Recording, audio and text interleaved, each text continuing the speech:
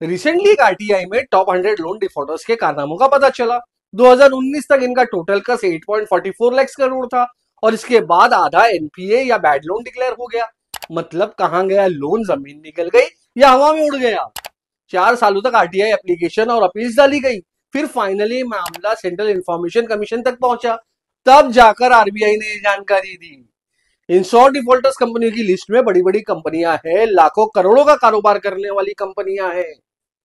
कैसे इन कंपनियों के लोन आसानी से माफ हो जाते हैं? क्या है ये एनपीए और राइट्स ऑफ का चक्कर? क्या इनके नाम पर देश की जनता का पैसा डुबोया जा रहा है? आज इसी की बात करेंगे। नॉन परफॉर्मिंग एसेट जिन्हें बैड लोन भी कह देते हैं, ये वो लोन है, वो कर्जा है जिसके वापस मिलने की कोई उम्मीद नहीं है।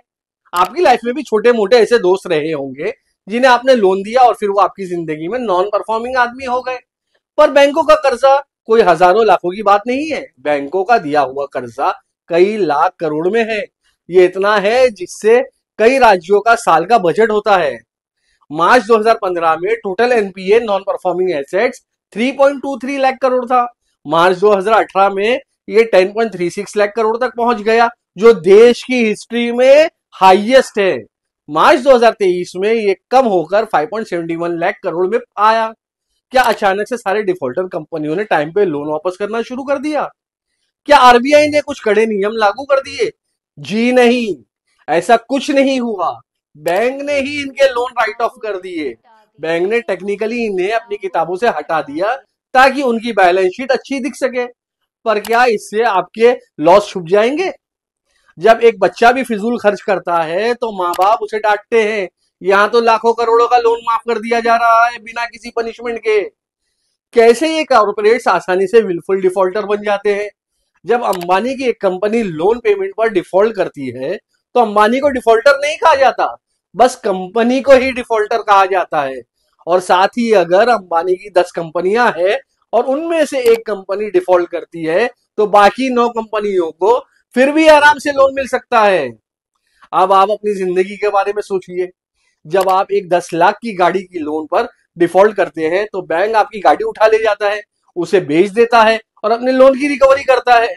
जब आप एक लोन पर डिफॉल्ट करते हैं तो आपके पूरे खानदान को, दोस्तों को फोन करके लोन की रकम वसूली जाती है। कई लोगों को तो लोन रिकवरी एजेंट की हैरेसमेंट के चलते अपनी जान गंवानी पड़ी। साथ ही आपका क्रेडिट स्कोर, सिबिल स्कोर भी खराब हो जाता है।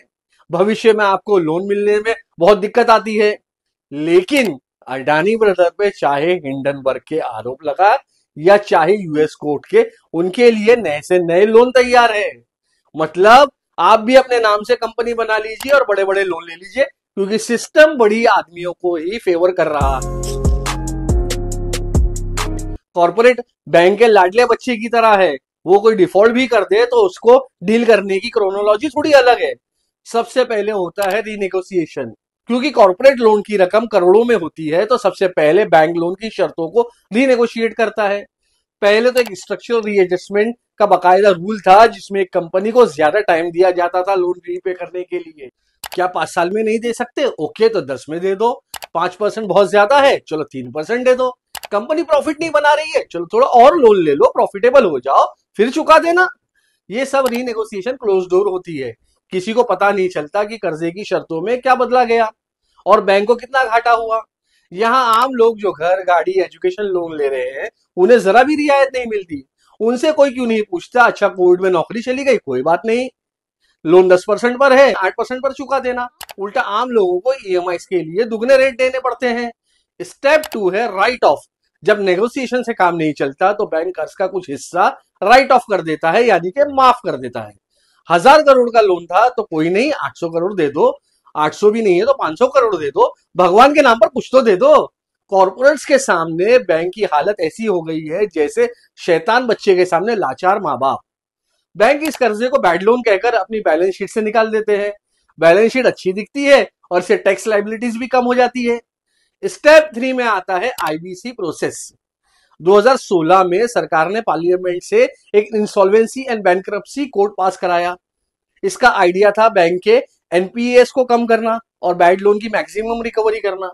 आईबीसी में 2 तरह की चीज होती है। पहला रिजोल्यूशन, जहां एक कंपनी दूसरी डिफॉल्टर कंपनी टेक ओवर कर लेती है, मतलब कोड़ियों के दाम में खरीद लेती है। दूसरा है लिक्विडेशन, जिसमें दिवालिया होने के केस को बंद कर दिया जाता है और डिफॉल्टर के साथ एक कॉम्प्रोमाइज किया जाता है। सोचिए आपके घर के लोन के लिए अगर आपके पास ये सुविधा होती तो। खैर, नेशनल कंपनी लॉ ट्रिब्यूनल के तहत ये डिफॉल्टर के केस निपटाए जाते हैं। देश के लीगल सिस्टम में करोड़ों केस लटके पड़े हैं, पर एनसीएलटी बहुत फास्ट है। इसी साल सरकार ने इसका बजट बढ़ाने की मांग की है ताकि जल्दी से केसेस का निपटारा हो सके। एक नजर एनसीएलटी के निपटाए हुए केसेस की ओर दौड़ाते हैं।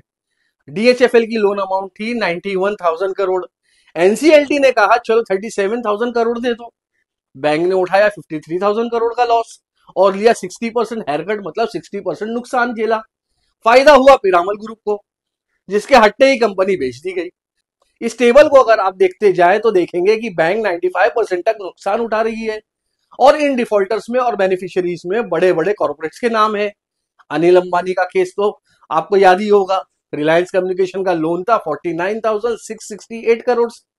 एनसीएलटी ने एडमिट किया 47,251 करोड़ और फिर दुनिया का सबसे बड़ा डिस्काउंट दे दिया 99% डिस्काउंट। अंबानी ग्रुप ने आखिर में बस 455 करोड़ रुपए ही वापस किए।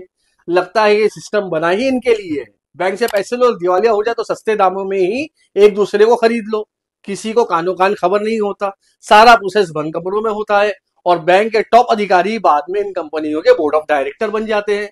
रिसेंटली आरबीआई ने पिछले 5 साल का डेटा जारी किया।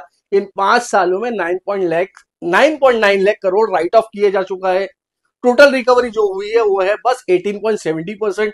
9.9 लाख करोड़ में से बस 1.85 करोड़ रुपए ही पिछले 5 सालों में रिकवर किए गए। इन सब आईपीसी एनसीएलटी लगाया गया, पर रिकवरी बस 18%।